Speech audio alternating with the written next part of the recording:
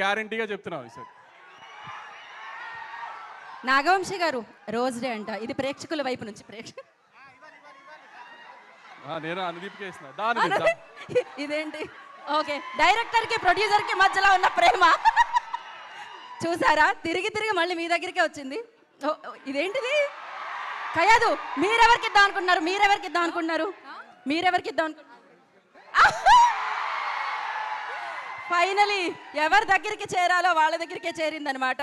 So ఆలస్యం చేయకుండా విశ్వక్ సేన్ గారికి మైక్ ఇచ్చేస్తున్నాను నేను. నమస్తే ఇక్కడ ఉన్న వాళ్ళకి అందరికీ నమస్తే. ఆల్మోస్ట్ కాదు 1 year అయిపోయింది మిమ్మల్ని అందరిని చూసి. సో చాలా రెస్పాన్సిబుల్గా ఈసారి వస్తే ఖచ్చితంగా మీకు మంచి సినిమా ఇవ్వాలని ఇంటెన్షన్తోనే లాంగ్ గ్యాప్ తీసుకొని ఉండే.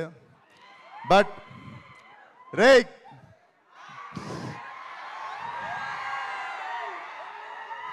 నేను ఇక్కడ లేనంత వరకేరా, నేను ఇక్కడ లేను. వన్స్ నేను వచ్చిందో నేను ఇక్కడనే ఉన్నట్టు. సో అదే పరిస్థితి. సో సినిమా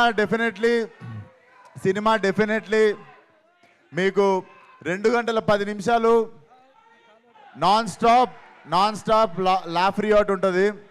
నేను లిటరల్లీ అనుదీప్తో కొట్లాడినా, చాలా జోకులు లిటరల్లీ ఎడిటింగ్లో వెళ్ళిపోయినాయి, అన్నీ ఉన్నాయి. లిటరల్లీ మా ఎడిట్ రూమ్లో ఉన్నవే చాలా మంచి జోకులు ఉండే. So definitely what he packed for you guys.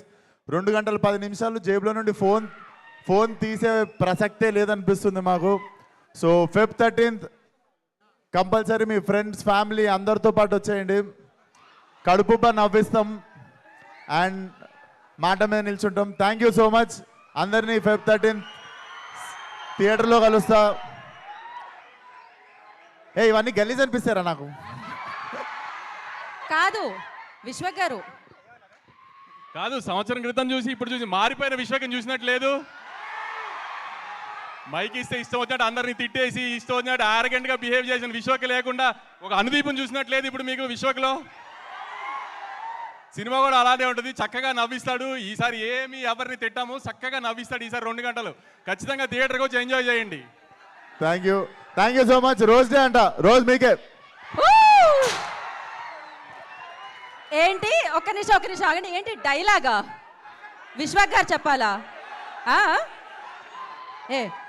మధ్యలో ఒక్క 2 నిమిషాలు బ్రో చెప్పినప్పుడు రావచ్చు కదా. Okay, thank you so much.